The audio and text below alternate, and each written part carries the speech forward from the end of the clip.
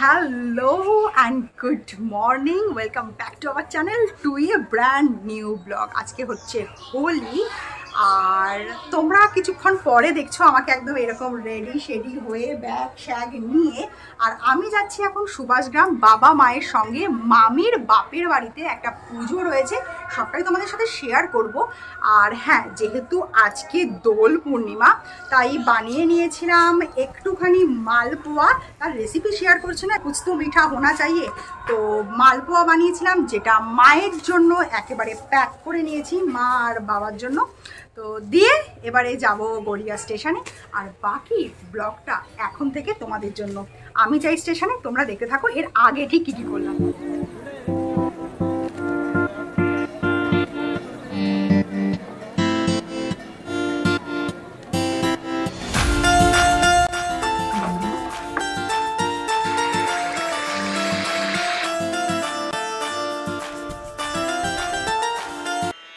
Renu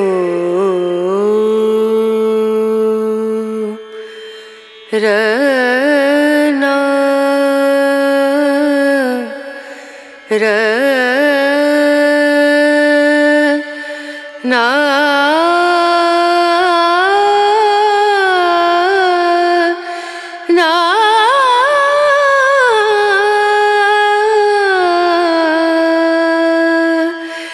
Renu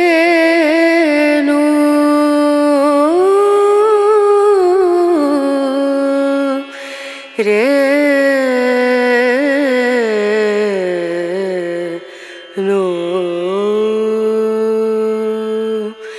Dim dum da da da dim da da da dim dum da da da dim da da dim dum da da dim dum da da da dim da da da o da ni da na di da na na o da ni da na di da na na da na da di আমার তো স্নান হয়ে গেছে।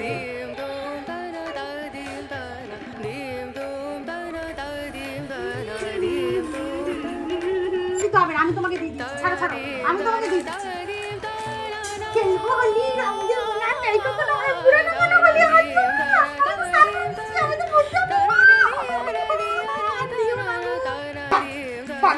দাঁড়াও, হোলির আসল জিনিস এইভাবেই খেতে হয়।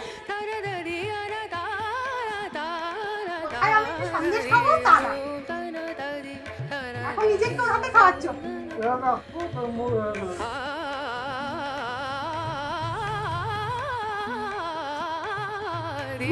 হোলি হয় একদম বাড়াবাড়ি গো। আমি তো স্নান করে নিচ্ছি, আমার কাছে যেতে হবে সুভাষগ্রাম। Happy Holi, happy Holi.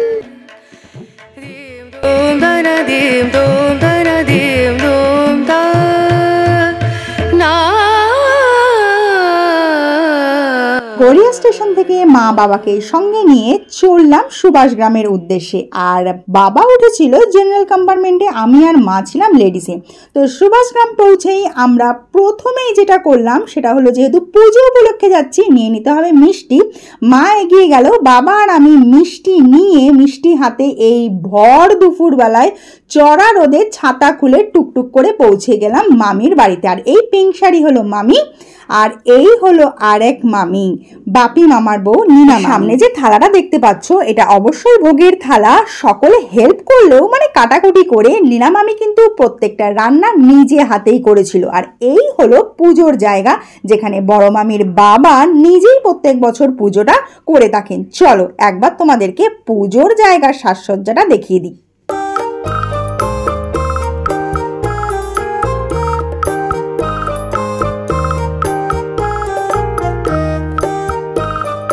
যা সামগ্রীর মধ্যে ওই যে দূরে পিতলের হাড়ি দেখছো তার মধ্যে রয়েছে অখণ্ড প্রদীপ। আর বাইরের রোদটা একবার দেখো, এই রোদের মধ্যে তিরপল কাটিয়ে এক কোণায় তপন মেশো প্রত্যেকবারের মতো এবারেও নিমন্ত্রিত ব্যক্তিদের জন্য রান্না করছিল। আর যার হেল্পার ছিল আমার বড় মামি।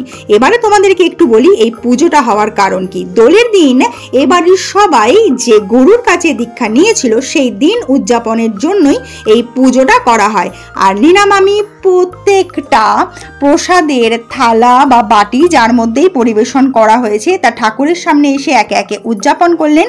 এরপরে হবে আরতি, আগে ভোগ নিবেদন, তারপরে কিছুক্ষণের জন্য দরজা বন্ধ এবং তারপরে আমরা করে নিয়েছিলাম একটুখানি ঠাকুরের আবির দিয়েই টিকা নেওয়ার কাজ। টিকা নেওয়ার পালায় আমি বা পিছনে পড়ে যাই কেন, আমিও টিকা নিয়ে নিয়েছিলাম। আর এই সময় তপন মেশো করছিল পোলাওয়ের চালটার ভাজাভাজি, যার গন্ধ তো অসাধারণ। আর এই হলো বড় মামির মা, মানে আমার দিদা।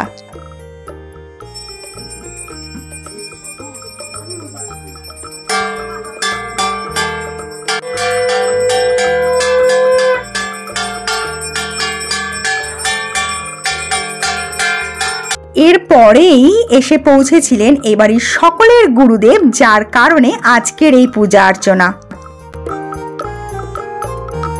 পর আমরা খেলাম পুজোর সিন্নি ও ফল প্রসাদ, আর তারপরে বসে গেল দুপুরে প্রথম ব্যাচ খাবার। দ্বিতীয় ব্যাচে আমার বাবাও বসেছিল, আর উল্টো দিকে আমরা কি খাচ্ছিলাম তা একবার তোমাদেরকে দেখাই। গতবার বৌদি বলে শেষ হয়ে গেছে, হ্যাঁ খুব ভালো লাগছে খাওয়া। গতবার পাঠিয়েছিলাম বৌদি বলে ওটা বিস্কুট বলে ওটা শেষ হয়ে গেছিল। রকম ভাজা তরকারি দিয়ে গোবিন্দভোগ চালের এই ভাত মাখাকে তোমরা কি বলো? এই দিন এত গরম ছিল, সবাই যখন খেয়ে দিয়ে সবে মাত্র একটু জিরোচ্ছে, মা তখন আমাকে ইশারা করে বলতে শুরু করলো, চল চল বাড়ি চল। তো আমি বাইরে বেরিয়ে এক গ্লাস জল খেয়ে সবার কাছ থেকে বিদায় জানিয়ে সুদীপ্তর জন্য অবশ্যই আজকের সব রকম খাবার প্যাক করে নিয়ে চলে গেলাম নরেন্দ্রপুর। বাবা মা গড়িয়া স্টেশনে নেমে যাবে। খুব সুন্দর একটা হোলি কাটালাম, কিন্তু সকাল থেকে এত বেশি গরম পড়েছে আজকে হঠাৎ। তবে এখনকার যা ওয়েদার স্ট্যাটাস সেটা হচ্ছে মনে হচ্ছে এক্ষুনি বৃষ্টি নামবে, বাট বিশেষ একটা বৃষ্টির সম্ভাবনা আছে বলে আমার তো মনে হয়। যেদিন দরকার থাকে সেদিন না পাই একটা টোটো, না পাই একটা অটো নরেন্দ্রপুর স্টেশন থেকে, এখন আমাকে এই বোঝা নিয়ে একা একাই হেঁটে হেঁটে যেতে হবে।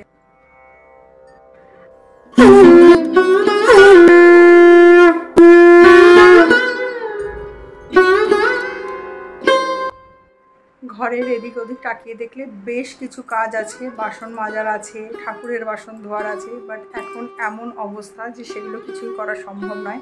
আগে একটু ঘুমিয়ে নিই, ঘুম থেকে উঠে দেখি কি কি করা যায়। সেই যে রাতে ঘুমালাম না, তো আর উঠে কিছু খেয়েছি না ঘুম থেকে উঠেছি, একেবারে তাই সকাল সকাল এক বাটি ফল হাতে নিয়ে তোমাদের সাথে আবার কথা হচ্ছে। আর এই ফলটার নাম কি কেউ জানো? জানা থাকলে অবশ্যই কমেন্ট করে জানাও। তোমাদের জন্য ক্লু হিসাবে এইটুকু বলতে পারি, এটা কিন্তু টক মিষ্টি টেস্টের ফল। আর একটা ফল তোমাদেরকে এইভাবে ফাটিয়ে দেখালাম যে ফলটা কতটা জুসি, কালার কি, আর দেখো হাত দিয়ে এইভাবে গড়িয়ে রস নিচে পড়ছে। তো আজকে ভিডিওটা এখানেই শেষ করছি, খুব তাড়াতাড়ি তোমাদের সাথে দেখা হচ্ছে। তোমরা সকলে সুস্থ থেকো, সাবধানে থেকো আর সুন্দর থেকো। ভিডিওটা ভালো লাগলে একটা লাইক করতে ভুলো না কিন্তু। চলো বাই।